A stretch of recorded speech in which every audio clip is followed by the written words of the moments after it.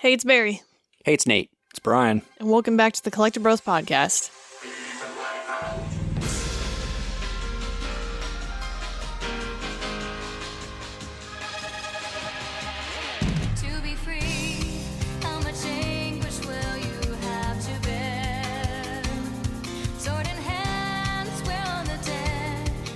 On this episode today of Is It Worth It, we're going into Vanguard Bandits for the PlayStation 1.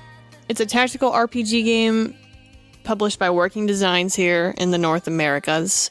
So if you know anything about Working Designs, they are the pivotal RPG publisher of the 90s.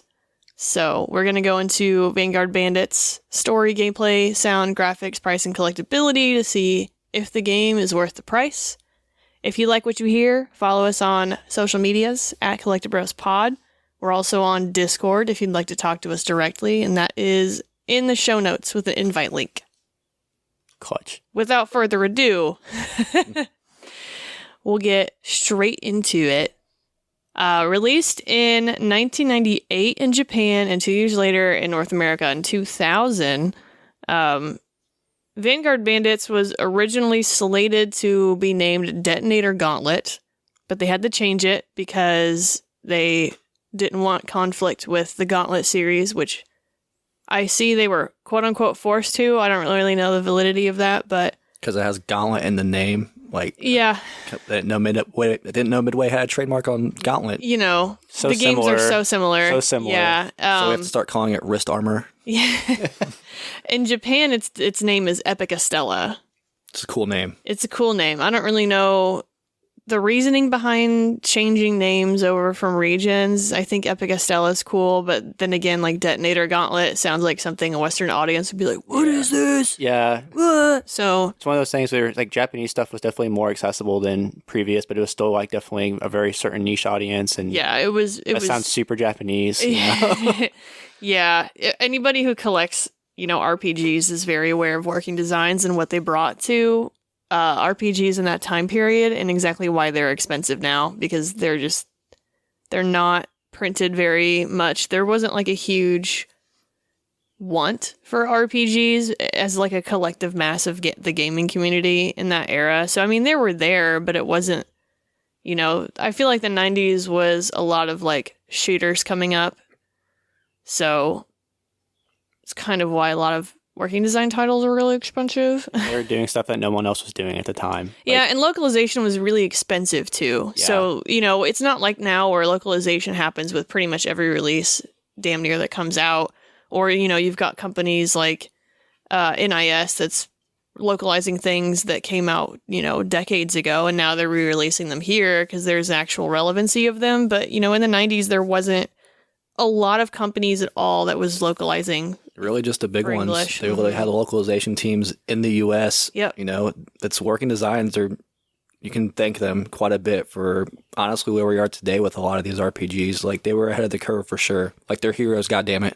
I can gush over Working Designs all day, and something they still do, like they did back then, that still people don't do now, is the quality of the localization and the actual packaging. But we can get into all that later. But I love Working Designs too. Yeah, I love Working Designs. I mean, there's something to be said about localization from the 90s. The effort. We'll get into that. There's a lack of communication across regions in that time period because it was a lot harder to communicate than it is now. And so, they would just get packets and just huge packets of scripts, and someone who, would just directly translate those packets, and then they would have to give those to somebody else to actually adapt it for the game, and then they would go through other alterations to change it for, the audience. So extreme telephone. Yeah, when you talk about localizations in that time period, it's definitely, even now too, that you can watch interviews of people who are on localization teams, and they're never one-for-one translations. Like, there will be, the way the languages work is they can translate in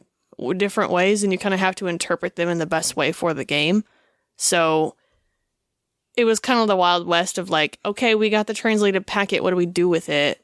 Let's do our best, which is...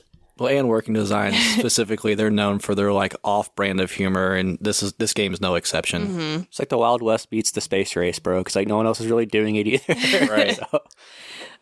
So this game is a tactical RPG where it's played on an isometric grid similar to Final Fantasy Tactics and Front Mission. So if you're familiar with those, you're familiar with this type of gameplay.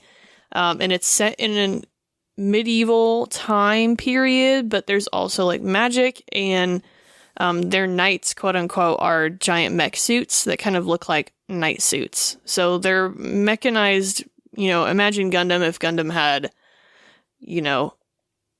sticks and stones, I guess. Like they got swords and shields, and you've got the one guy who's got like a centaur ATAC, and they're called ATACs, all-terrain armored combatants ATACs.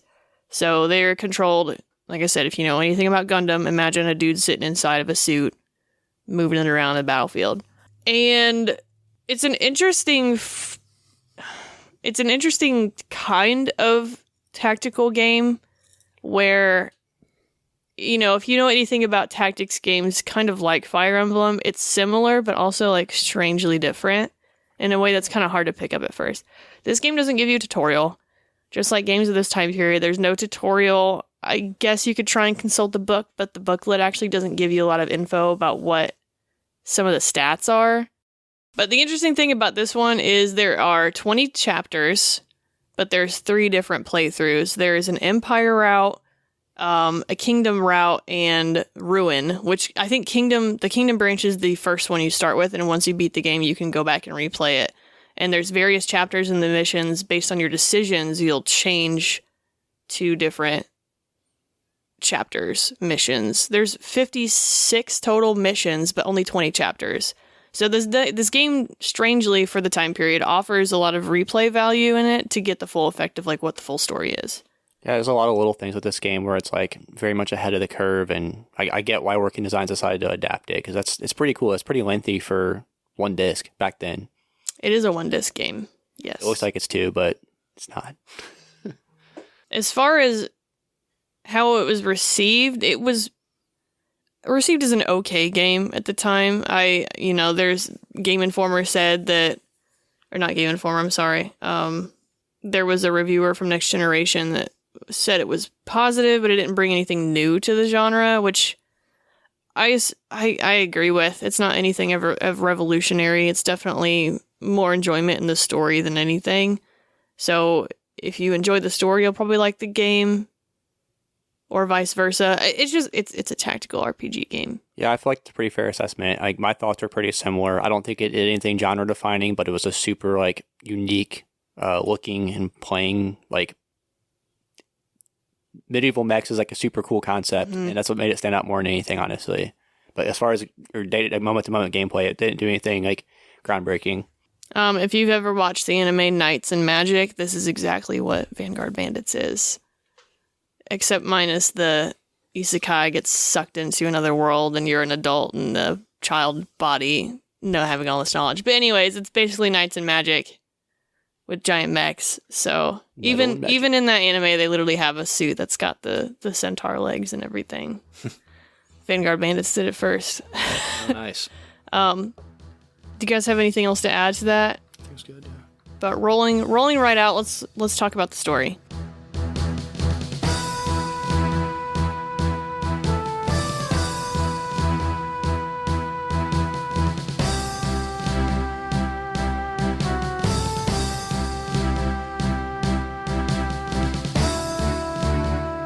So the story of Vanguard Bandits is sort of told in a 3-part, but not 3-part because there's 3 different legs.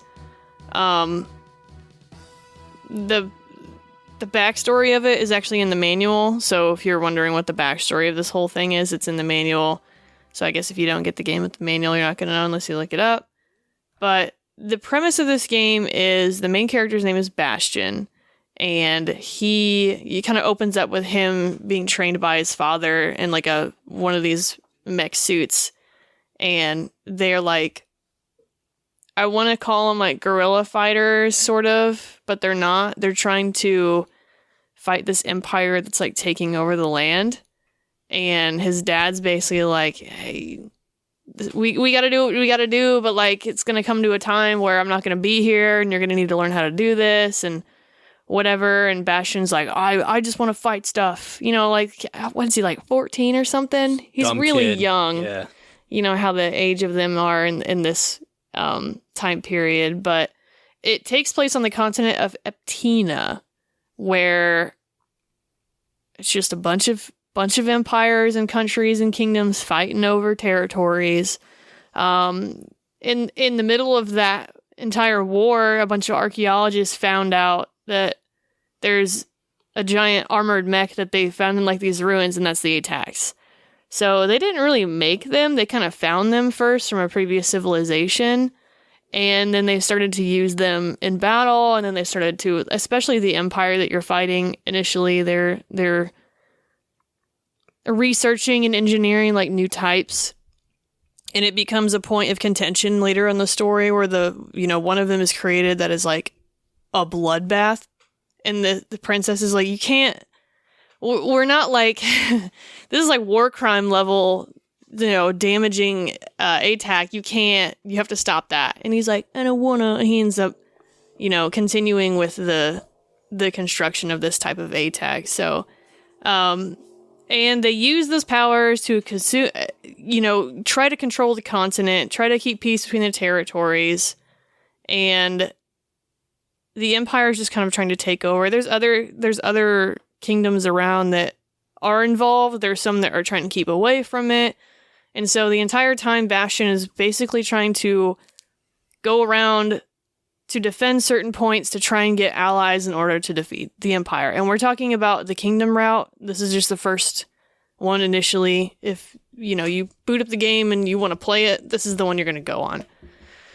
Anytime you get a game where your main character is a kid and your dad is training you, your dad's going to die. All right? 100%. We've seen it time and time and time again. That first opening where he's training you and you got to go into like the quote unquote tutorial battle that's not really a tutorial battle. It just kind of throws you in there. Bro, as soon as he hit me over the head with the stick, I was like, see you, Dad. Yeah, I'm just like, this is just a Fire Emblem Ike. Like, his dad's going to die, dude. So, his father does end up getting killed by one of the members of the Empire, Faulkner. And Faulkner is like uber strong. He ends up being the main villain of this whole game. Because I know Brian said you really liked him as a villain. I think he was a great villain because, like, again, my type of villain, we talked about it in a previous episodes, like, no redeeming qualities, like, just pure bastard, bro. And the things he keeps doing just progressively worse and worse and worse and worse. Like, he's a real POS. What stood out to me with him is he's motivated kind of the same thing as the main character, where he's all pissed off because his dad got murdered. And that was like a good dynamic because, your character's going through the same emotions and you can kind of see what becomes if you let revenge like take over and everything. So like, it's a good parallel. It is. It's very interesting. It's good storytelling. It's probably one of the better parts of the storytelling of this game, honestly, is seeing what, if you let revenge take you over, what you can become. But also like, hey, you did kill my dad, you gotta die, bro. You know what I mean? So I thought it was well done. So yeah, Faulkner is the main villain, the culmination. There's other ones peppered throughout it, but he's like the culmination of what you're fighting to go final boss, quote unquote. Ends up finding out that your dad's not actually your dad. Bastion's dad isn't his dad. Bastion is a direct heir of the royal bloodline. He's basically a prince of the Empire, because his father used to be a soldier in the Empire. There was a coup, and in the process of the coup happening, they were like, we need to save the royal bloodline, so he whisked this kid away to basically save him. So the royal bloodline is the only ones that can use the white suit that you see on the front of the cover called the Ultra Gunner. It's like the suit of all suits. Nobody can use it. It's sitting inside of a ruin that looks just like I'm pretty sure in the game, like when you walk up to it, it looks like a stone statue. And then his like presence of the royal ancestry, unpetrifies it, and he can get in this suit and instantly use it or whatever. And it is a killer suit. It's pretty, like a it's pretty Gundam badass. with a Pope hat. But it's cool looking. But it's cool looking. And so I think Faulkner is the one they've been looking for this suit because it's like the ultra powerful one, and I think Faulkner is trying to get to that suit. I'm not sure if he's able to use it or not, or if that's something that's discovered in one of the other routes. I didn't play the other routes. I only played the first one. So, but they're trying to find this suit just to take everything over. So that's really the gist of the story. I mean, there's other characters that you get introduced to. The main ones that are with you, it's only a couple of them, but you got a lot of side characters that come in and out. Like, Seidri is the princess, and she comes in and out at some point, and then at some point she does end up joining you. You've got leaders of other nations, like Dion and Alden, who don't really want to join you at first, but then do at some point. You've got Barlow, who's the kid with the candy, and you end up finding him on the side of the road with another guy who just joins you, I guess. But this game, interestingly enough, poses a lot of decisions in the game that directly affect who can join you later. So if you go certain routes, you're going to miss certain characters. If you're missing, if your stats aren't high enough for certain other things, you're not going to get other characters to join you. There's one character where if your stats are too low, she'll join you. So it's a different combination of, like, you're not really going to get the same playthrough unless you play the exact same way every single time.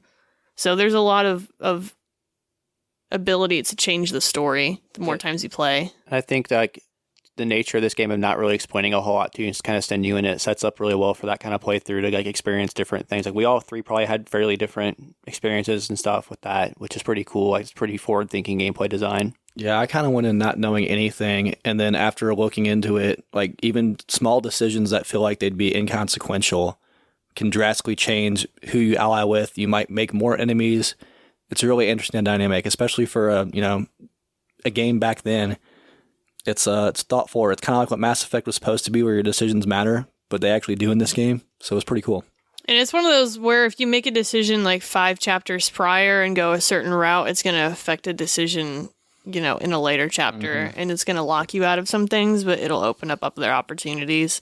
And you don't really see that chain because it's not like a very clear map of 1, 2, 3, you get here. Like I said, there's one where if your stats are too low, this is what's going to happen. Like, that's the trigger for it. But it's not an outright decision where it makes clear, it's not like you're sitting in a room in a chapter and you've got 2 guys that are saying, hey, join me, and you can pick one or the other. It's a lot of, like, underlayered type things, and it feels more natural than just feeling like I have to make a 1-2 decision every single chapter. I said I don't want to interrupt, but I do think it's really interesting too. Like, a lot of the choices you make, it makes the gameplay very dynamic, where a lot of the storytelling, especially with alliances and backstabbing, it's all through gameplays. Like, while you're taking place through a battle, if you decide to meet with one character, another character might get wind of it and decide to invade you mid-game. It's pretty dynamic, honestly. Yeah, I definitely thought the story had some, like, cliche medieval stuff as far as, like, oh, you're actually part of a world. Like, that'd be a cool plot twist if it wasn't every other medieval story ever. But where the game really stood out as far as story was how it got you to certain points, in my opinion. Brian kind of touched on it. It's like the actual gameplay parts of the story were pretty unique in this game. For it being, the world's clearly like a unique medieval is pretty unique, but the overall story, like, oh, there's a bad guy, my father died, like, that's all pretty cliche. What they did to stand out was how you get to certain points in it. So I think that's pretty, like, noteworthy. Yeah, I agree 100%. You've got your RPG tropes of the 90s, like, everybody wants to bone the main character, your dad's going to die. Yep. But the thing that makes this game stand out and truly makes it unique, other than, medieval Gundams, which is awesome. I'm always down for giant robots. But yeah, it's how dramatically the game can change. And that's the thing. Turn into Mike Tyson for a minute. Most games with branching paths, it's usually like you were saying earlier, Barry. Like, it's like, hey, I can kind of see where this is going. This one's it's got tons of variables. It's super dynamic. And even the way characters react to you, like, if you don't talk to them in camp, they might turn cold on you, and they might, ignore you. They might be assholes. They might, give you gibberish from the battlefield. And it's an interesting dynamic. It really adds a lot to the story, and that's what really stands out in this game for me. I do appreciate storytelling through gameplay, especially when it is, turn-based combat. There's a lot of times, like, your moments are at camp when you build with these characters. In this game, it's during the game, which is a fun change of pace. Yeah, it's similar to kind of the, I don't want to say approval system or whatever of, like, Fire Emblem, where you have, like, a menu and you can go talk to certain people, but you can only talk to a certain amount of them each iteration between chapters. And then, based on how much they like or dislike you, it does change the end of the game. Like, you do have to have a certain approval rating to get the good ending of the game. Otherwise, you get the bad one. And it's not just talking to them, it's using them in combat, it's making sure they don't die. If they die a lot, like, they're gonna be unhappy. So it's like that balance of, if you want to explore certain routes of the game, you have to be cognizant of what you're doing in gameplay at the same time. It's like the story and the gameplay are so tied that you can't really have the story that they want to tell without the gameplay that they've set up. Yeah. I also appreciate in this game how kind of every army's gray. Like, a lot of RPGs get in a trope, especially, tactics-based, where it's like war simulators, basically. You're the good guys, clearly, and you're basically fighting Nazi Germany. This game, every single army is like, hey, they have their own motives, they have their own actions. Everybody's really gray. Even the main character, it's like, I don't agree with him, but I can sympathize for him, Faulkner. But it's a nice change of pace. And my only other beef with this game is, like, I really thought the intro was really interesting. We're like finding these weapons and kind of tooling them. It's kind of like reverse engineering UFOs and stuff, and I'm really into that. I thought that was really cool, man. It's a unique twist where it's like, it makes me wonder. A really cool prequel for this game would be like, hey, who built these things? Where'd they come from? Seeing these things off the bat, slaying fucking bows and arrows and stuff would have been really fun. That'd be a fun path to explore if this ever does make a comeback, which I don't think it's going to. No, I don't think so. Unfortunately, but wouldn't that be cool? But for a game that's so tied to gameplay and a story, let's go into the gameplay. Yeah.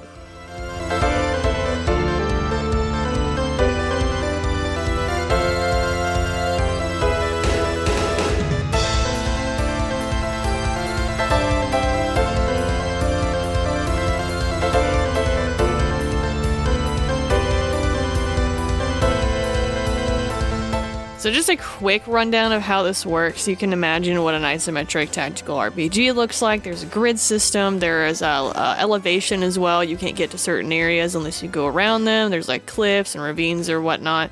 Some characters, it doesn't matter. Some it does. You have your normal attack, a knockdown, a collision, which, your normal attack is standard.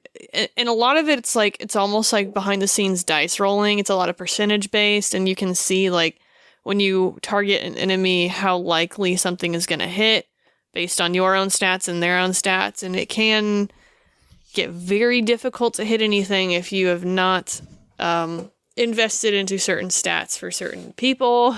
Yeah. So underline that. And then when you attack, there's a bunch of options. You can attack, defend, avoid, or counter.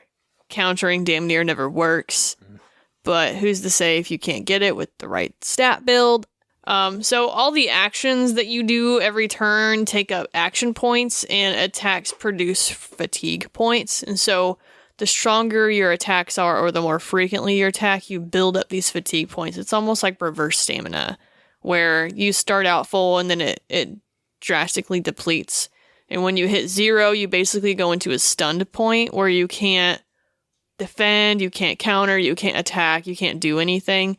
So if you're not careful of where your fatigue points are and letting them naturally recover every other turn, you're just going to go into a stun state surrounded by 4 guys and get absolutely demolished. Which some of them build up fatigue points very quickly. Yeah. Very quickly. There's also sort of a build system where you don't have to have your characters stay with the same ATAC units that they came with. You can switch the units around, switch the mechs around per players, and then there's these gemstones that you can equip. There's there's different weapons that you can equip, and some people are only proficient with certain weapons. So found that out. Yeah, you can't give a sword to everybody. The same deal as you can't give a spear to everybody. Everybody can equip various elements of stones, and those elements give you different skill, like support abilities. And then depending on the level of those, you're going to get different support abilities. And then at some point in the game, if you've leveled up someone's stats in a certain manner, you can unlock like super abilities, which, let me get to my little list. I got it. Hold on, I got it. Here it is. There's ones that like temporarily increase allies' defense, weapon stat, agility stat,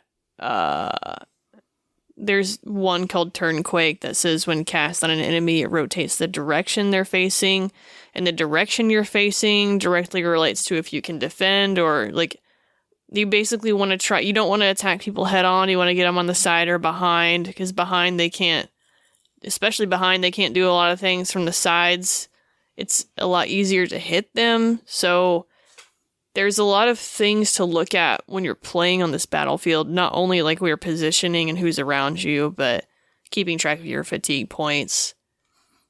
If you're surrounded by a bunch of people, if they're going to move in on the next turn and you're going to be stunned and get just totally whacked. So there's a lot of things to look at when you're actually playing the gameplay of this, which is the bulk of the game.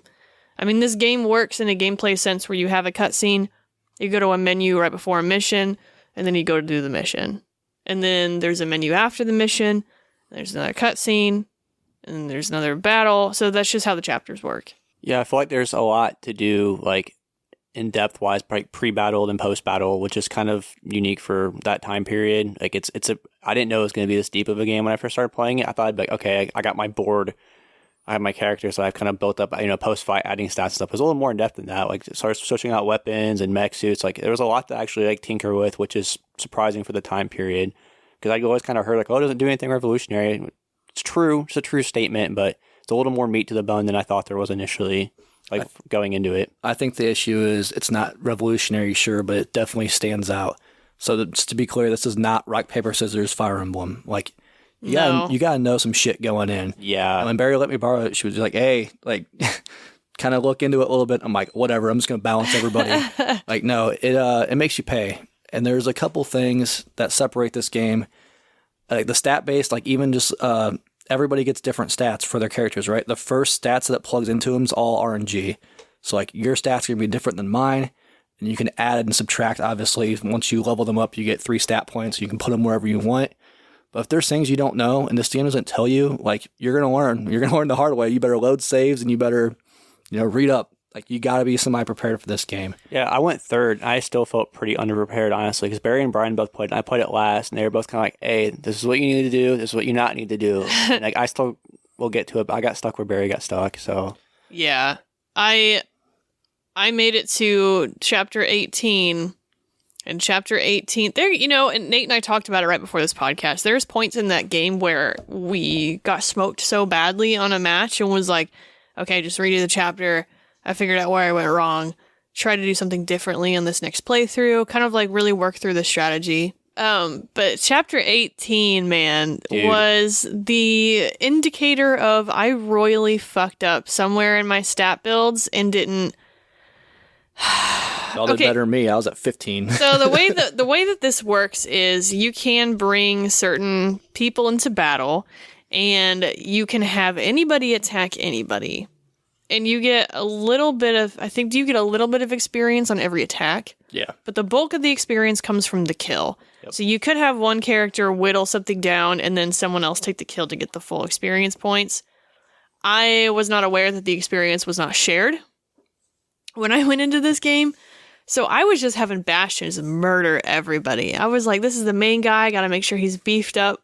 He was hitting everybody better. So I was like, I can't use these other guys because the leveling system hasn't kicked in. They're not strong enough. Little did I know they weren't leveling, period, because I just wasn't getting any experience in them. And then I realized that the weapon stat was completely useless. Totally. The internet was just like, don't dump any points into weapons. But like naturally when you play a game, right. I'll look at stats and be like, okay, if someone has high proficiency in weapon, they're going to be better at using that weapon, better at hitting with that weapon. Higher crit chance, all that kind of stuff. Nothing. Nope. Power. Absolutely useless. Power's weapon. So I just ended up dumping my stats into stuff that was wasted. I was getting hit by everything because I was looking more at being able to hit people with a weapon, but that's not actually what the stat did. And it got to the point in chapter 18 where it's just like there's that one mech that I was talking about that they say, hey, don't build these. It's a war crime. You got to fight like 10 of them. It's literally like a bunch of them. A whole bunch of them, and they can hit like. There's a certain range where your suits can hit. They can hit like 8 squares away. You can't even get up to them before they're just decimating you with some kind of drill, and they can hit like 30 times a round. It felt like it wasn't that many. Yeah, they just kept going, and because you can basically what happens is you have action points, and you can spend those action points in one turn however you see fit. If you have an ability that's, if you have 100 action points, you can spend an ability that does 25 times. But I felt like they had so many damn action points and they were using such hard-hitting attacks. And I'm like, what is this? I will say the turn system is something I didn't fully understand, because there's times, even like if I reload my save, like I would get multiple turns in a row. And then the next save I load, if I died or whatever, it'd be like, oh, you only get to go twice, and we get to go 6 times. I didn't fully grasp the turn system. Yeah, and it wasn't very clear because no, it was not. Because it would go on. You could see who was going to go in what order, but it wouldn't exactly tell you when enemy units would go into the fatigue state, and so you would have to go on, use your little thing to go and look at them to see what's going on with this one that's been sitting over here for 4 turns. Mm-hmm. Either the computer hasn't initiated them moving forward because you haven't hit a certain point on the battlefield, or they've just hit fatigue constantly and they haven't recovered yet. But it would just kind of bounce around in weird ways that made it hard to predict sometimes. Yeah, felt like Tetris, bro, and you're just waiting on that one brick sometimes. Yeah. So chapter 18 for me was that point where I was like, I have royally screwed up. And I'm only going to get past this point if I replay this entire game. The frustrating thing for me is I had warning from Barry. Hey, I went into this with no research. This is what you don't do. So I said, cool. So I didn't put shit in the weapon because I knew it was worthless. Brian played it. Was like, hey, you need to look into it. So I felt fairly confident going in. And I had a couple where I had to replay, but I didn't really have too big of a challenge until 18. 18, man. Okay, so Barry kind of touched on it. My experience was there's a main one that you're trying. I was like, maybe I should kill him first. He's the boss. Yeah, no, I tried that. Getting to him's a pain because all the little ones, and I say in quotations little because they were Johnny badasses walking around, they would keep their distance from me. Mm-hmm. So I couldn't even get to them before they were just sniping. Mm-hmm. And it's not even just a snipe move. It was snipe, move, snipe. And I'm like, how are you going so many times? And reload to save, and they'd play it completely different, but it'd get harder the more I played it. Pretty patient. I don't mind getting my ass kicked as long as I'm warning something. But dude, it felt helpless. It literally felt helpless. I don't know how people was rough. Talk about how you can just beat this game. It felt extremely difficult. To be clear, I'm not great at these type of games. I'm fairly new to them, but I'm about to restart this whole game, and kind of what Barry said. And I was I don't even know what I did wrong per se. There wasn't even oh, hey, you shouldn't have done this and this. They were just. They weren't teleporting, but they're basically teleporting as the way they moved, because they could just move so much and shoot you. And I'm like, this seems very unfair. And the biggest problem I feel with this game is the lack of explanation of anything. There wasn't anything in game that you could go to because story wise, there was a kid that was on your team who was an engineer. Yeah, and he was the one that was fixing all of the ATACs if they went down, quote unquote, ordering parts through them. And there wasn't any way for you to go talk to him and be like, can you explain to me what weapon stats? Because you know how sometimes you can go talk to somebody and they'll explain some mechanics of the game. There wasn't anything in there to indicate that I could talk to somebody about how they would work. There wasn't really anything in the book that would indicate how. It would explain to you what the stat did, but it didn't explain to you what would happen if you moved it up or moved it down, or exactly what they would do. And even, I had the guide. And even in the guide, it really wasn't a super explained thing. So it was all a lot of trial and error. Exactly what it was.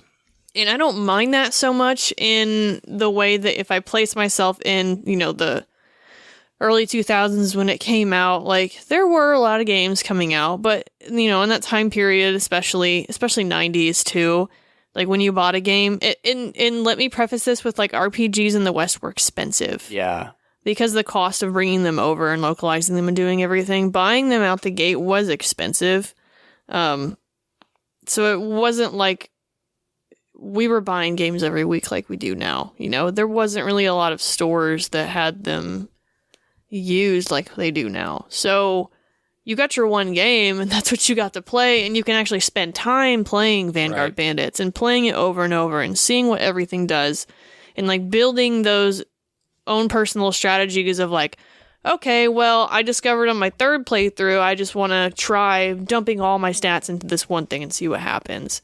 And I feel like there was more time collectively as like a community to spend time in games doing that. Oh yeah. Not so much anymore. And it's like, we don't have, as a collective, we don't have the patience. I know I don't have the patience because it's so saturated. There's so many things to play. No doubt. So, and it's not like I have the ability. I mean, I could, I guess, but it's not like I have the ability to go, all right, I'm going to play Vanguard Bandits straight for like the next 3 months and just figure out what this game is all about. It's not like we have the internet. Back then, we didn't have the internet at such speeds and communication levels we do. So it's like, all right, what's this guide say? Let's call the hotline number, that kind of thing. $7 a minute. Back then. Yeah. So now it's just bam, bam, bam, bam. So I can just go onto a website and see someone's strat and try it out. But it took someone figuring that out. And this game is a lot of like trying to figure out what the hell it's doing. And it's not going to tell you. And that was kind of a frustrating thing for this. So, like, you guys were like, prepare. There was not a whole lot of like, hey, this is my gameplay experience in this game, really. There's like long YouTube videos to watch people's full playthroughs, but there wasn't a lot of like, I know for like Fire Emblem, for example, because when we played it, I had to kind of look into it because I was fairly new to the genre. And there's like, hey, this is what you do, this is what you don't do. And I had a great guide that I followed to a T, basically. And like, Ike was a fucking killing machine. I didn't really need anyone else. There wasn't really like a, hey, do this to get through this game type of walkthrough. Like, and I think part of that is because the game is so, I don't want to say open, but there's like, it's very moment to moment, and that you could still have someone that had an experience that you could follow, but there's not a whole lot out there, surprisingly. I feel like the interesting part of this game is it's simple in theory and very complicated in execution. Yeah, and that's I a really think good way of putting it. And that's where it falls short for me, is like I'm okay with being a battle system that is complicated, but I need the tools and the knowledge to be able to know how this complicated thing works. Right. And you really got to explain what everything is. Because even like you're saying, the weapon and power is the biggest one for me. I pushed into weapons because I'm like, this has to be the attacks. I'm trying to do damage builds with balance, maybe make 1 or 2 glass tanks. No. And it doesn't tell you, hey, this is going to increase this is going to do this. There's nothing. And like you're saying, I don't mind trial and error, but damn, when some of these battles are an hour long and you're already 15 levels ahead in the game, what are you supposed to do? Start the game over? That's the thing. If you could go back and pick, a chapter and kind of replay, that'd be fine. But no, like, it's start from scratch. And it's like some of these, like, I had to, play a couple times to beat. And I'm like, I don't really want to go through all this again. You know what? People like to have multiple saves when they play games. They'll be like, oh, I have a save at this point, this point, this point. When I play games, I overwrite my saves. Oof. I have one save.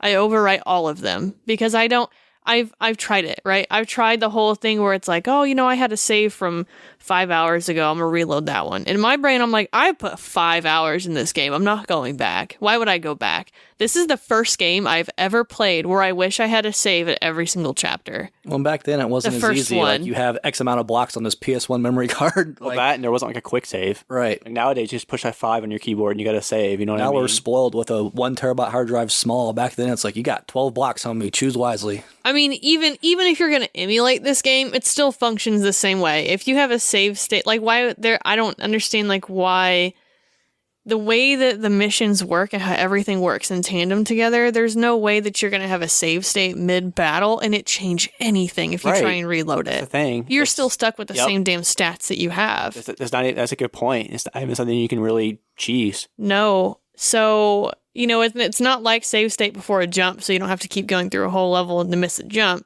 You still have to go through the whole battle to do this thing over again with the same stats. It needs like a chapter select. Yeah. Where you can like do the pre and post battle after. I wish, and maybe that's the challenging part of this game, is I wish it had the ability to do extra battles, to do more experience, because this game has limited experience. Right, you can't grind. You can't grind anything. You have to be very selective with what you do with who. And that was a big downfall of my gameplay, is I didn't spread them out. But in the same way, it's like, if I spread them out, then I'm not going to have a strong enough person. Like, who do I leave behind? Who do I get more time into? It's just a lot of unknowns with no real explanations that makes it hard for me to want to invest more time into playing this again and again and again. It's almost too random. Yeah. I'll say this with the caveat, though. It was one of the loops for me was like, I wish I had more time with this game to figure some of this stuff out. Yes. It was engrossing. I do like the depth of it, But damn, if I would have known shit, like I wouldn't have had that thought. I wish I could have more time with that. I would have just done it and beat the fucking game. Mm-hmm. Yeah, I'm very frustrated I wasn't able to complete it. I really like trying to complete the games. Like, even for our very first episode, Real Rose, I just refused to play it. It wasn't that I couldn't do it. I just literally have never hated a game more in my life, I think. But I still sat there and watched. I ended up watching someone else beat it. So I'm watching, like, how did you beat level 18? Completely different experience than me. Like, they're actually landing their hits. They're not getting blown up. I'm like, who knows how he built? Cause I wasn't going to sit there and watch like a full playthrough. I started watching where I got stuck in forward, but I was like, I wonder what you did, bro. Cause like, but that's the thing. Even if you follow his build, you're not going to have the same, like the turns aren't going to be the same for your battle. So there's no way. It's just one of those things you have to just put time into, which like is an interesting thing. It's a product of its time, but like kind of in a good way almost. I'll say this too, at the beginning of the game, it's deceptively like it's going to be easy. There's a lot of characters that move for you, attack for you, that you don't have control of. And even like there's times where it's like, oh, we're outnumbered, and then you get saved by somebody off the screen. So I'm like, this game isn't going to be bad. Like every time I got, like there's one time I made a choice about like, I'm going to go meet with this guy, and he ambushes you, and I was like, oh, I'll get saved, it's fine. And I had like one guy left. And I was like, man, like it's deceptively easy initially, and then that difficulty spike's like, hope you did your stats right. That was the problem with 18, is there are points in time in that story where if you kill someone before something, like there was a point very early on, I think it was the battle where Bastion's father dies. The prince is there. Am I remembering this correctly? It's I can't remember. There was a battle where the Emperor Prince, current one, wants to like go into battle with his mech. He's like, I deserve to do this. I'm daddy's boy. I'm going to bring over the empire. And Faulkner's like, you're just a little, no. He's like, okay, fine, but like stay back. He doesn't, because, it's that stereotypical, like, the king's son, gotta prove myself. So he goes into battle with like a bunch of guards. And if you don't attack the guards and you go directly for the prince, once the prince gets wiped out, he takes a couple of the guards with him. Yeah. So you don't have to worry about fighting them anymore. It is lost experience, but it's not like 8 of them on your ass. Mm-hmm. So, and then there's another point later where if you kill a certain character, they retreat or whatever. So I'm thinking in 18, I said, dog, if I attack the boss, maybe the guys will back off. No. Nope. No. That's what I thought too, because I remember you telling me that. I was like, did you actually get him? Who? Like the main guy? I killed him. Yeah, I got him once, and I was like, yeah. And then like, no, I feel like they were like way more aggressive afterward, and I was like, all right. And it wasn't, I was like, okay, well, if I kill him, maybe the reinforcements won't come in. They still kept coming in. They just keep pouring in, and it's like literally 10 to 12 of them. It's something crazy, and it's so ridiculous. That was one where I had the preconceived notion of how I thought this was going to go based on previous experiences, and it was not like that. And I was like, oh crap, it's not going how I expected. I don't know what to do. I don't know how to strategize this. Right, and just no planning. It's weird though, because a lot of the strategies, like in the heat of the battle, like when you compare stats, when you hover over that character, honestly, I feel like I'm pretty good at tactics games. Like it's what I prefer in turn-based combat. And any preconceived notions you have of this genre, throw it out the window if you're going to play this game. Because like the 100%. Stats don't mean what they mean. Yeah. It's and who knows if that's or even like strategies I would use. Like I was boxing people in initially. It's like, oh, we'll just gang up on them, and if I hit them from behind, it's probably going to do more damage. Nah. Wonder if it's a localization thing.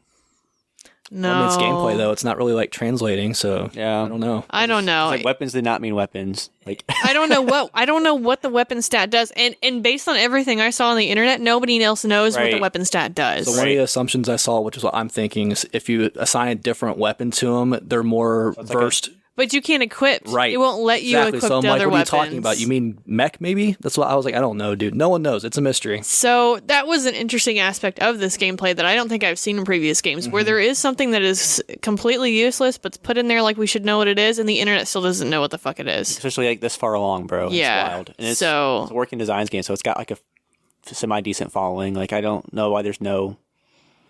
Who knows?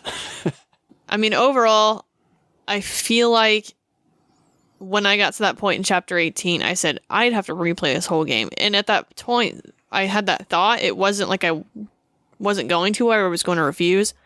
I just don't have the time in my life to do it right now. But it's not something that I was like, I'm never going to pick up this game ever again. I don't want to.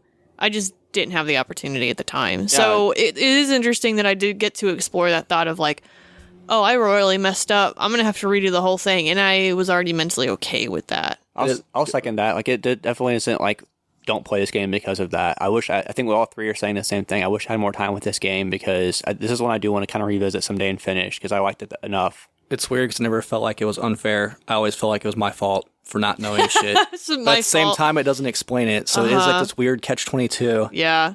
I will say at the point that I realized I needed to redo it, I think I was 9 or 10 hours. Yeah, which is like a good chunk. Which It's like halfway almost. I thought this game was going to be a lot longer, and it is a lot longer if you add the fact that there's 3 playthroughs. But the main one's only like 20. But for me, having a single playthrough would be 15 hours generous if you get through every chapter one go. Redoing 10 hours isn't a lot, especially, how some of the genre are very, very heavy in terms of playtime, so... I want to give a special shout out to being able to turn off battle animations just for the fun of it. Brian, did you turn those off or leave them Can't on? in this game. You can. What? Dude, no way. Again? You didn't turn them off? Yeah. Guess not. I looked for it, couldn't find it. I was like, huh. As far as tactics games, I really like if you have options for like how you're looking at the battlefield. You can zoom out the map, which is clutch to me. I like having a full view of the whole map. So, and then being able to turn off battle animations, like, thank you. Brian? I have been waiting this whole episode to ask Brian this question. It's so funny. I mean, that's the thing. The transitions are actually really fast in this game, especially for being like disc-based. Yeah, I had in my notes. So it's not that bad at all. I was really surprised. It's not like Fire Emblem. I initially started playing this on PS3, then realized I didn't have a memory card thing for PS3, so I had to plug up the PS. You should have said something. I want to let you borrow mine. I didn't get too far into it, and I said, Okay. "Oh crap!" So I brought the Tube TV out and hooked up the PS1. And I was like, "Damn, the load time! They weren't bad at all. Like they were surprisingly like quick." So that was even going to 3D because like the main game's like 2D art, and then when you go into the battle, it's like 3D polygons. It loads pretty quick. Mm-hmm. So, shut up. Also, I'm gonna save you all a lot of time right now. If Bastion dies, it's game over. So if you're like me and you're trying to balance everybody, but then you kind of buff Bastion a little bit, don't do it. It doesn't matter. He'll get waxed. Helpful hints. Yeah. This is one of those games where it doesn't have a permadeath. Like, if your character dies in battle, they're not permanently dead, but, they're done for the fight. So I remember the first time being like, Bastion's about to die. He'll just be out for this fight. I was like, I'll be fine. Like, what? Speaking on load times and transitional animations, let's go into graphics.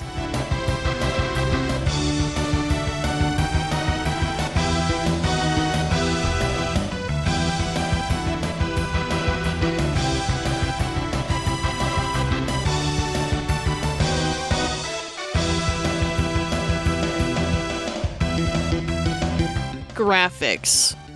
I'll let you guys talk on this one, but it is isometric 3D pixel based initially, and then battle animations between two characters are 3D. Maybe cool for the time, but kind of whack now. yeah. And then there's like hand-drawn pixel art for the portraits and whatnot, but it's kind of an amalgam mix of everything all in one game. So Right. what did you guys think of the graphics? Well, even like the intro, you get this really cool, like, early 90s anime, late 80s anime cutscene. And I was like, oh, sweet. These are going to be without the game? No. No. Yeah, I was like, wow, this looks really cool. Yeah. I think saying it's amalgamation is like literally a perfect example because there's a little bit of everything in here. I don't think it's necessarily bad, but honestly, it's kind of the low point of the game, in my opinion. It doesn't do anything inherently wrong.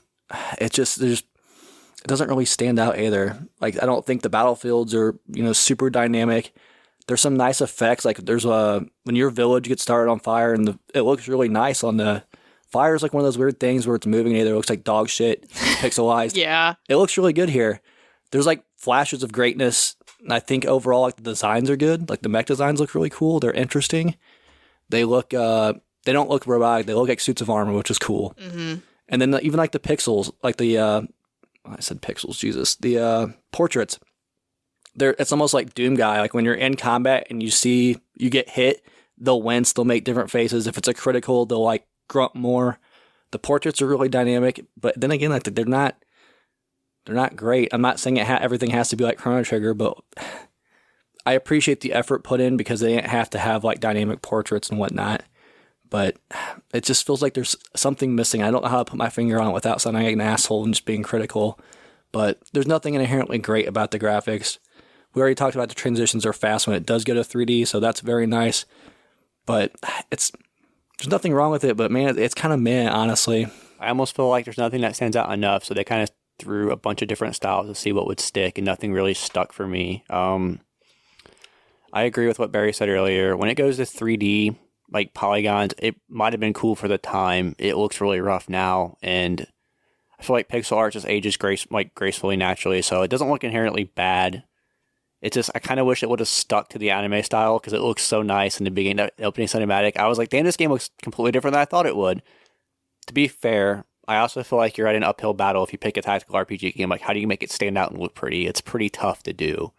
So I think the strongest part of this game was the in-battle pixel suits. Mm-hmm. And like they would kind of like move up and down like they were like breathing, sort of, and they'd have animations when they'd move around, and I think they'd look really good. I think the problem with what Brian brought up as it feeling empty is the fact that it is a grid-based system, and the mechs can't interact with the environment. So, you know, for example, like Fire Emblem, which it's easy to compare to because it's basically the exact same idea. But Fire Emblem has the ability for units to fly, for them to go into cover, into bushes, into shrubbery, and hide in them and gain like a cover bonus. There's height. There's ones that can do other things and interact with the environment. Like if they run over certain points, it'll slow them down. This doesn't really do that, and so I feel like it was kind of forced, where they needed a grid battle system and they needed a grid environment, but they had to leave enough open space for you to move into that block. If there's something in that block, you can't do anything with it. Right. There's a tree in that block, you can't move into that block. You can use it as like, if I put my back up against the tree, nobody can attack me from behind. So there's ways, I suppose, to interact with that environment, but they can't move in the environment, so they can't put things in the environment to make it look better. Mm-hmm. You know, and so I think that's why those battles look flat, because they can't do anything with the floor. Right. For naming your robot all terrain, I wish we could have got some different terrain. Yeah, I think there wasn't a lot of variety. I think that is also because it kind of was set in one place. Like, we didn't really get to see like snowy or desert or city. It would be like village, and there was a little bit of the city, but it was mostly just roads. It was country roads and green, a canyon a couple times, so it wasn't like very creative. What I really like about the portraits is they are like pixel, like that anime style pixel art, and they aren't the same expression. So if they're like yelling at them in combat, because when you fight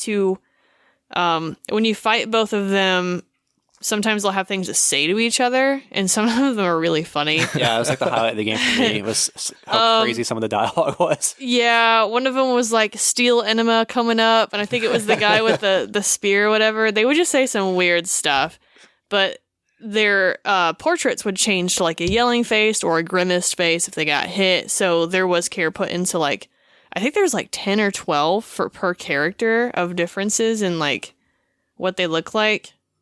Like Galvus has 4. Some of the main characters have more.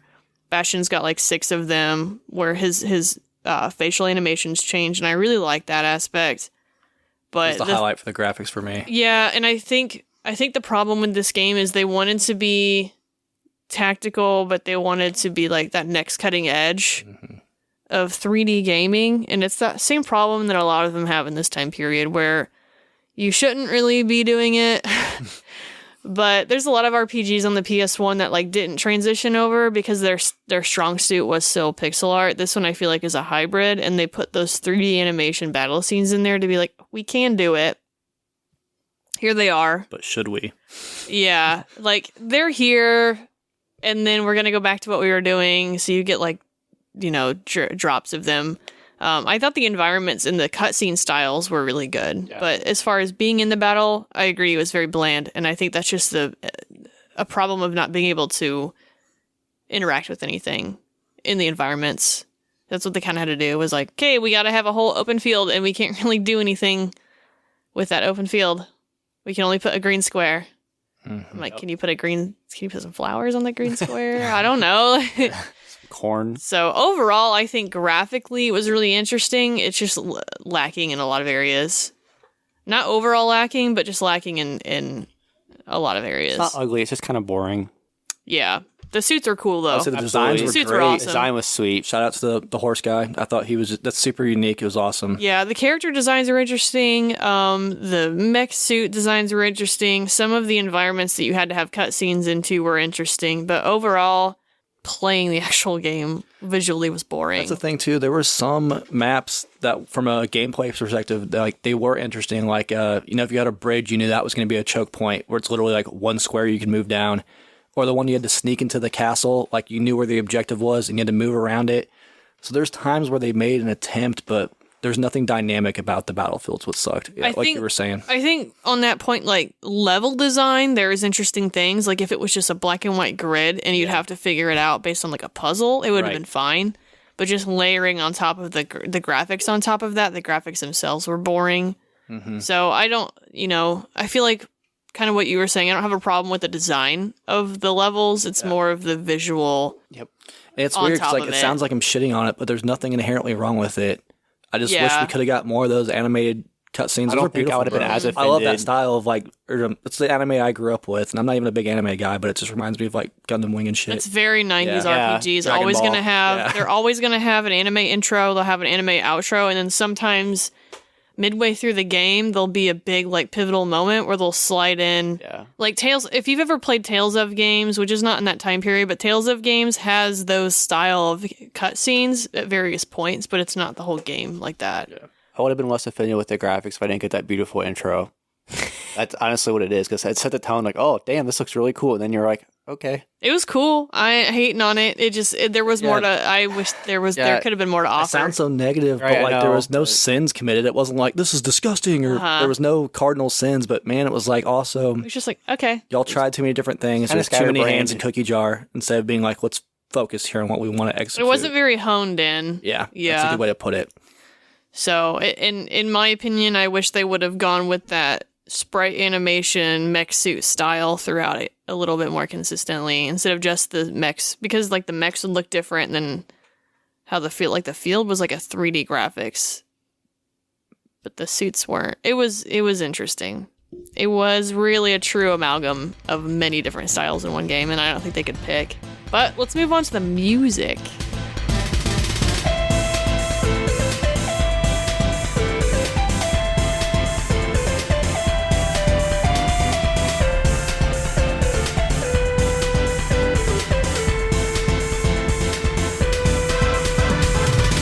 What did y'all think of the music before I ask?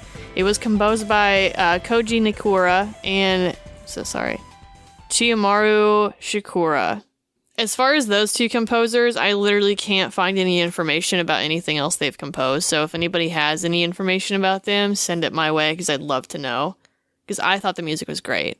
Oh yeah, it was very enjoyable for me. Yeah, I agree. It was one of the highlights for sure. And even the sound design was great. The music obviously stand out, but I wanted to give a special shout out to like the mechs walking. Oh yeah, those footsteps just and especially when they haul ass, like it was cool, man. Yeah, they definitely felt like menacing. Hearing them like stomp through shit, you're like here to fuck shit up, right? Especially like when you have to put your mindset into like these are mechs with tiny people inside of them, so to make the game feel less like just knights walking around, like the footfalls were very heavy. That's the thing, like you hear it a lot because there's a lot of movement on a grid system. No shit, but it never got old for me. It was fun to like, move them far so I can hear this shit. Like it was cool.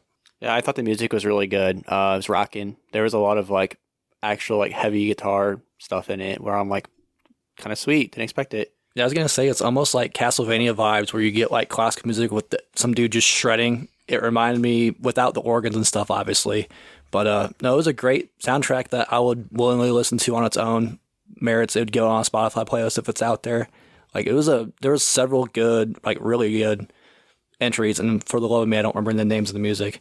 But even like the main battle theme, you hear it a lot. It's a banger. So thankfully, because you hear it a lot, it is good. Like music's one of the highlights for me for sure in this game. Like music hits when it sets a good pace, and I felt like I set a good pace with this game. Kept you engaged with your battle. Yeah. This one was one of the very, very few PlayStation RPGs that had voice acting in it, albeit very slim. I think it was only in the final scene, but it actually did have Some of the voice cutscenes, acting. yeah. They localized some of the lyrics and stuff in songs too, which I was like, wow, that's a lot of extra effort. Which I'm sure there's not a whole lot of examples of that throughout those years. Yeah, there are some. I don't remember how many there were, but there were some songs in the game that had lyrics to it, which was really cool to hear because it's not very often in that era where you have those kinds in a game, period, cutscene or not. Right. So, and even, I don't think the dub, we got to talk about the dubs. I don't think it was atrocious because a lot of times you just get just horrible dubs. I mean, there's some standouts, sure, but overall, you know, they're not constantly speaking, but when they do, it's not like it's just jarring. Yeah, some of it sounds it's clearly dubbed, but it could have been worse. We have worse examples on this podcast, but yeah, it wasn't a sin. Like, they did a decent job with it. I think overall, I thought the sound was really good in this game. Not only the music. There were some tracks that were meh. Obviously, all games are gonna have tracks that are meh, except for Chrono Trigger. That's just a fact. Yep. In Final Fantasy, but there was some really good tracks, and I feel like the sound effects in the game were really strong throughout. Not only with the walking, but like with the swords clashing, and then like the whooshing noises, like when you would miss, or the guy when he would I can't remember his name, the tornado guy, dude. Andrew. Yeah. Andrew, when he would move, he didn't walk. His little mech went around in a tornado, and he had his own sound when he'd move out throughout the map. So I feel like there was a lot of care put in the sound effects, and I feel like those are really strong, other than just being like the same shit over and over and over again. Yeah. Because it is kind of hard, especially when the main gameplay of the game is the same battle, Right. grid system, square, battle, same people, same characters, same enemy types, battle. So if they kind of just didn't have a variety in sound during those fights, I feel like it would feel droning. Mm-hmm. Yeah, you get to definitely have like a certain quality if you're going to hear a lot of the same type of, and they definitely have like a thud in them. So Yeah, I didn't get sick of any of them. Even like the effects, like when you got knocked down or when you got stunned, they all had their own unique sound. I wish they would have taken the same amount of love and care they used for sound on graphics, honestly.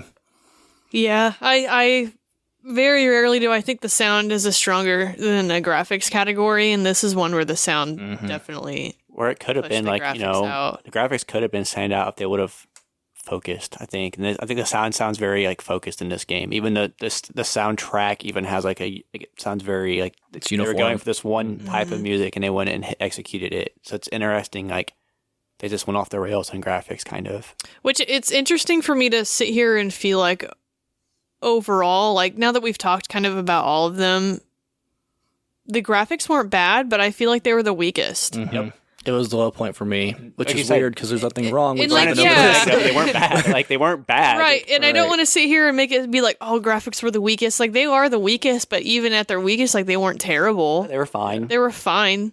They didn't make me want to turn the game off. There was no slowdown or stuttering as far as mechanically when you were doing anything. It's just they existed. The music was better. I will say, The gameplay, while annoying to figure out, Yeah. there was a depth to it that wanted me to look into it more. Right. I was intrigued. Mm-hmm. I will say, as far as the music, like, you know, it's good. Even in like the opening stage where I was like, oh, I turned my volume up a little bit to kind of hear this. I was like, okay, shit. Like, so it There's some definitely had that straight effect. bangers on It here. it opened up shredding. with a good one already, and Yeah. I was like, oh, I even okay. I turned my volume up. I was like, all right, then, shit. So And then a lot of times when you'd be sitting on that main menu in between missions and it had that same song, I'm like, all right, I'm just gonna let it sit there and play. it's kind of a vibe. Yeah. Because I'd have to, I'd be playing and I'd have to get up and go do something and I'd leave it running because I was going to come back, but it'd be the same music just playing in the background. So I didn't get tired of the music. There wasn't any point in the game where I was like, this is annoying, I need to mute it. Which happens At a all. lot in like battle music and stuff, but not for Yeah. this game. Yep. And honestly, even like the XP, when you get your XP up, like the little jingle, like it's catchy. It's a good XP jingle, which you want to hear that sound. You look forward to hearing that sound when you get that in an RPG. Like, it's rewarding. I feel like especially with tactical RPGs, Yeah. you got to have a good XP jingle. Yep. That's why the Fire Emblem one stands out so much. Fire Emblem one's iconic. I know. And if this was a bigger franchise, if there was more games in it, like, I would hope it would be the same thing. Yeah. But it was good. It's rewarding. That's what you want to feel like. Fuck yeah, when you hear that sound, you do in this game for sure. Well, do you guys want to get into the nitty and the gritty? The grittiest of the nittiest. Meat and potatoes. That's your thing, not mine. The peanut and the butter. Oh, the jelly and the jam. The collectibility of this game.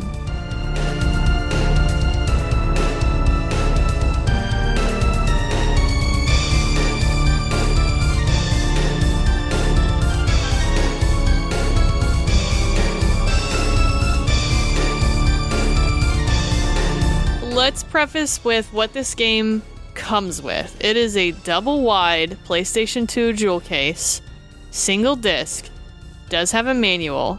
We're talking like it has a front art and a back art that goes into the CD case separate from the manual. Some PlayStation games, if they're a single, the front art will be the same thing as the manual. The double-wide cases have 2 separate arts and the manual. The main game, which is 1 disc, and to be complete, it does have a Lunar 2 demo disc.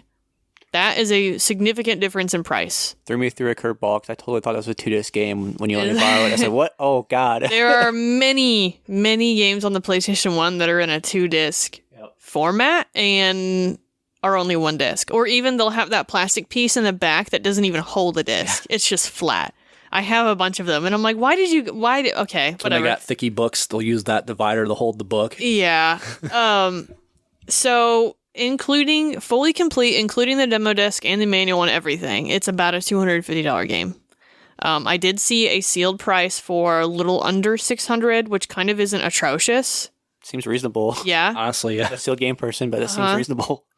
In iterations of the case and the game and no manual or no demo, they go for about $140. So, and there's a lot of instances without the demo disc, you're looking at a $50 to $100 price drop. Wow. So the demo disc is very important to this being a fully complete game. So just putting that out there. If you don't care about the demo disc, like there are some people who don't care.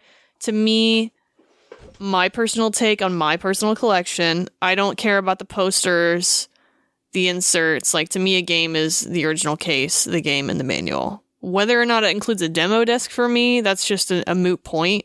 Mine has one just because it had one when I bought it.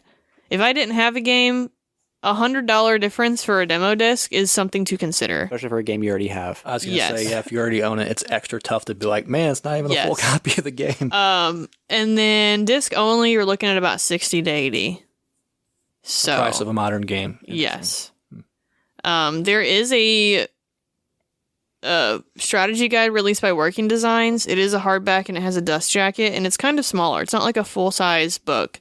That is about $40, but I have seen it go for less. Wow, that's surprising. So It'd be a lot more. with the dust jacket, I've seen them go for about 40. There was one recently that sold on bids for like 27. So, but then also somebody sold a complete in-box Vanguard Bandits with a demo disc and the guide for $350. So you took a $250 game and somehow tacked $100 extra on it for a guide. So it's just kind of weirdly out there. I wouldn't suggest buying it in a bundle if you don't have this game and want the guide. Then that's my personal take on it. $40 for a guide. That doesn't tell you a lot. Yeah. It's interesting because there's some cool art in it and some character backgrounds, but like flipping through it, I didn't learn a lot from it. No, but holding it was beautiful because it's like raised texture. Oh, it's super It's nice. I It's have like it. I leather. don't have the dust jacket though. It feels so nice. I was like, this thing's gotta be expensive. Like $40 is super surprising. It is like gold embossed print on it, and then the inside has 3 or 4 red bookmark strings. Like bookmarks. I will say, if you're a Working Designs fan, like you'll want the guide. It's riddled with humor. It's like this guy's vertically challenged and he's kind of a sissy and hides. Like it's got a bunch of like Working Designs. There's one is like he's just absolutely worthless, and it's in a strategy guide. And like Working Designs doesn't put out guides like this. This is kind of like a one-off for them. So I think it is a really, really cool piece. And for $40, like that is an easy buy for me. I agree. I'm not even gonna like part of me wants to buy one for $40 just so I can have a dust jacket and then sell my non-dust jacket one. Like, I got it for $10, so I can't really complain. But I wish I had a dust jacket, because a dust jacket has the art of the game on the front, and I just think the white suit, like, the art is so cool on that game. It goes hard. Speaking of the cover art, like, we got the superior version because the Japanese version is pretty boring for once. Yeah, it's a rare instance. Yeah. Ours is banging. It's a very cool piece to pull out on a shelf. I'm just saying, if I didn't know anything about this game and I was walking through the store back in the day and I saw that cover, I'd be like, yep, I'm buying this game because the cover's dope. With all that being said, how do you guys feel about the game, and is it worth a 250 price being fully complete? So I'm a sucker for working designs. When I first got into collecting like games again, I stumbled upon like, hey, these are like the creme de la creme of a type of game that you love very much. That's like collectible, expensive. Like, I think working designs has a seal of quality attached to it, where you know it's going to be a labor of love, right? We got mechs, we got medieval stuff. This is all stuff that speaks to me very much. I really like this game. I'm actually in the middle of a crossroads in my collection right now. So there's a lot of games I'm like deciding if I'm trying to keep right now or not. I don't have this game. I want this game. And to sit there and say like, this isn't a 10 out of 10 game for me, but it was a good enough game, and it's like definitely a labor of love where I feel like I need it in my collection. Anytime you see working design, you know it's not going to be like under $100 for sure. Yeah. Especially PS1, it's going to be like expensive. I mean, honestly, if you look at any working designs, it's going to be in that top 15 minimum. Definitely. Of any console they've published for. It's. I know the market's kind of resetting right now, but I feel like working designs is generally a safe bet. Like, it's someone's going to want it. Someone's going to, it's going to, there's a couple of PS2 ones that aren't that expensive, but overall, especially PS1 era, Sega CD era, working designs, hey, check this out. It's something someone's got on their shelf. You're going to go, oh shit. Like, even if you have one. So, for me, it is worth it. Knowing that you can get this shit for like $140 cheaper without the demo disc makes me want this game even more, honestly. Cause I have Lunar 2, I think. I have the first one, I think, actually. I'm thinking about it. But, like, I want Lunar 2 anyways. I'll go buy Lunar 2 and save myself $100. At that price, it's a no-brainer for me. Like, I mean, at this point, honestly, you can buy probably... Hold on a second. Let me... I suppose if you're talking about, oh, I want things to be complete, yada, yada, like, I guess you could have $100 cheaper. Lunar 2 Eternal Blue Complete on the PlayStation 1 Collector's Edition is like $100 to $150, which is so much cheaper than it used to be. Like, or so just $50 a more game, for the actual game, or just the demo. For right? Yeah, so you could spend $50 extra for the full game and all the goodies that come in that Collector's Edition, the big box. That seems it's one of those things. Like, so to me, like, having the demo disc is like, I feel like a completionist superiority kind of thing. So if that's your thing, then that's your thing. it's not even part of the Truly game. complete. It'll look awesome on your shelf.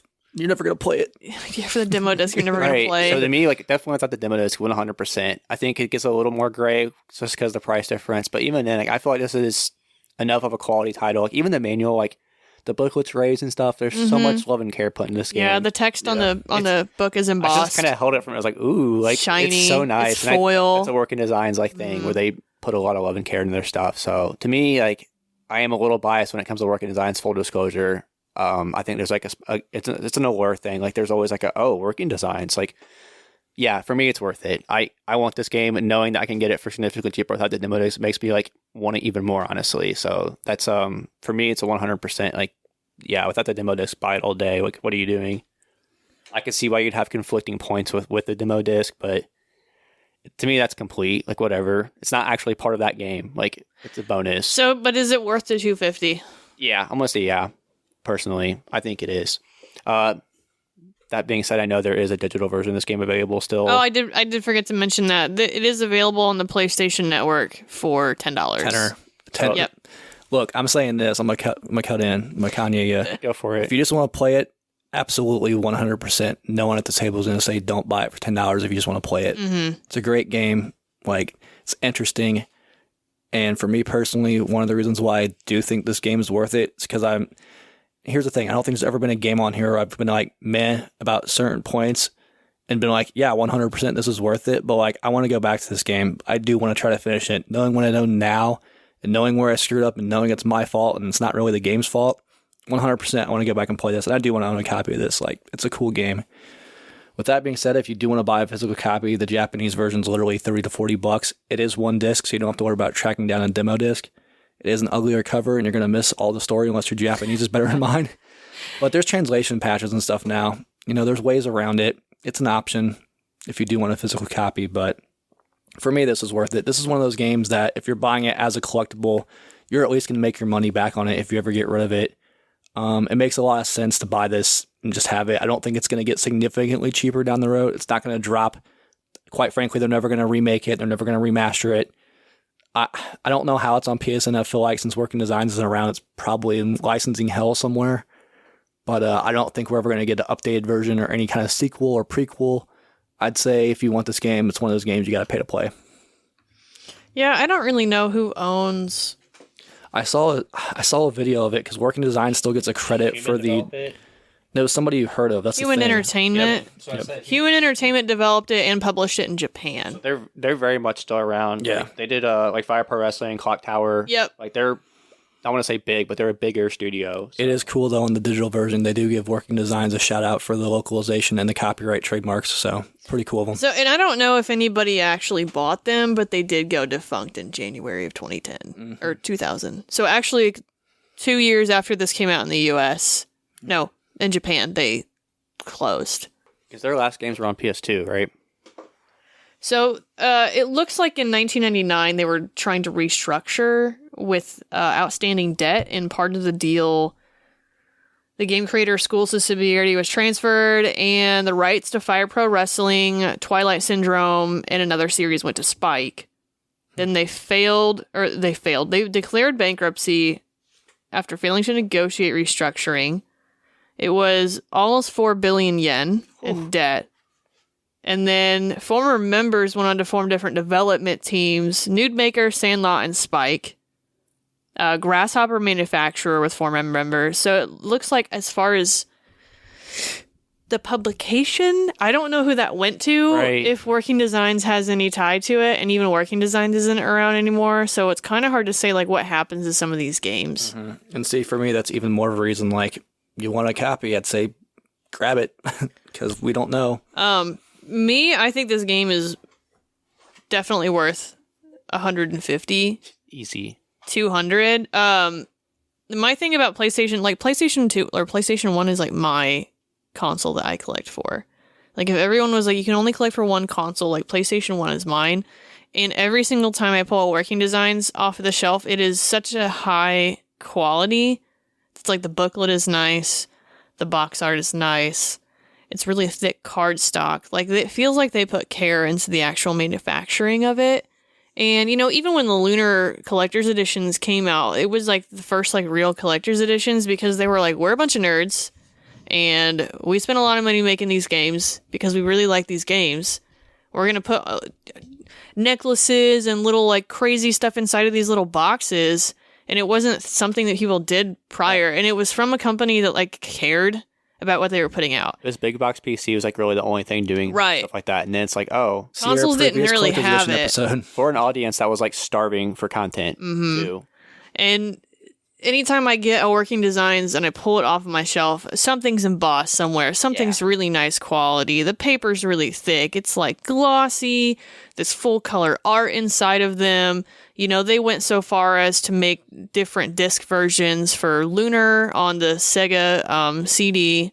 So it's like every time I pull it off, I'm like, this is this is when quality was quality, and we haven't had that in such a long time. We're starved for it. Yes, we don't have that kind of stuff anymore. It's funny you bring up the label. Even the label pulling us out of the disc is like, this label's sick. It's like full color. It covers, you know, edge to edge. It's the small things that like, people want to even think of, because even PS1 most time is just etched on there or whatever. I mean, like, it looks badass. I don't want to sit here and like shit on my favorite game, but like Final Fantasy VII, you pull it off and you open it up and it's a disc with a silver label. It's got some text and a little logo most on PlayStation it. Like, games are pretty blah. Working Designs, when you pull them off, they're banging quality. Yeah. Every single time. I've never been disappointed by anything that comes in a Working Designs game. Yep. So anything I'm thinking of, like, would I spend $150 this or $150 on that game? Like, I'm going to pick the Working Designs one simply because of the quality for one.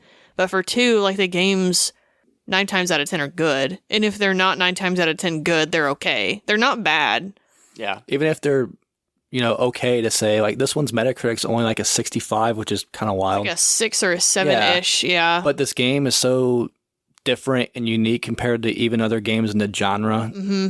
It's kind of like, hey, that alone, you're not going to play another game that's identical to this. That alone for me is like, yeah, this is worth it. This is almost a one of one. I mean, I can think of other tactical RPG games on the PlayStation 1, but then it's like, all right, which one have knight mech suits and like a weird medieval thing? This one crosses over with a lot. So it's like, it's RPG people, it's, high fantasy people, it's sci-fi kind of people. Like, there's a lot going for this one. I think this game stands out enough for you to want to warrant a look at it and a look deeper into it.